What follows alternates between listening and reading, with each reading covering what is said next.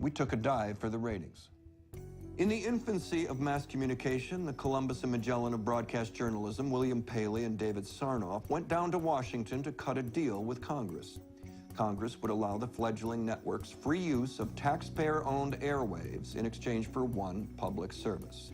That public service would be 1 hour of airtime set aside every night for informational broadcasting, or what we now call the evening news.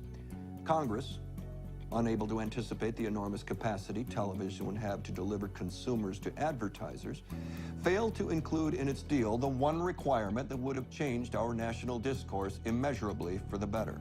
Congress forgot to add that under no circumstances could there be paid advertising during informational broadcasting. They forgot to say the taxpayers will give you the airwaves for free, and for 23 hours a day you should make a profit, but for 1 hour a night you work for us. And now those network newscasts, anchored through history by honest-to-God newsmen with names like Murrow and Reasoner and Huntley and Brinkley and Buckley and Cronkite and Rather and Russer, now they have to compete with the likes of me, a cable anchor who's in the exact same business as the producers of Jersey Shore.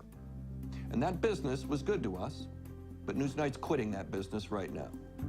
It might come as a surprise to you that some of history's greatest American journalists are working right now.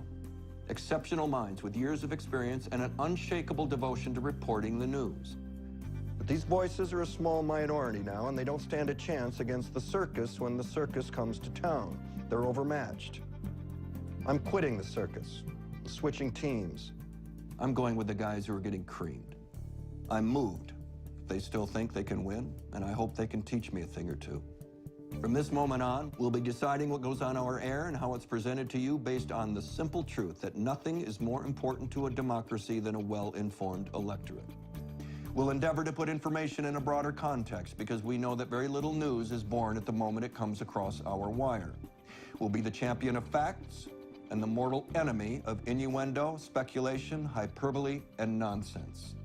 We're not waiters in a restaurant serving you the stories you asked for just the way you like them prepared, nor are we computers dispensing only the facts because news is only useful in the context of humanity.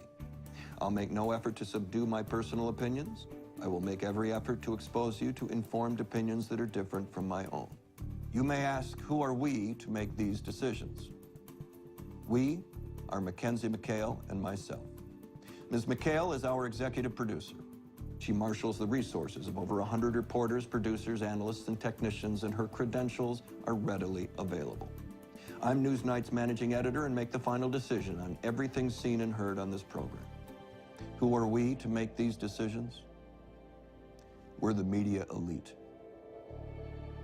We'll be back after this with the news.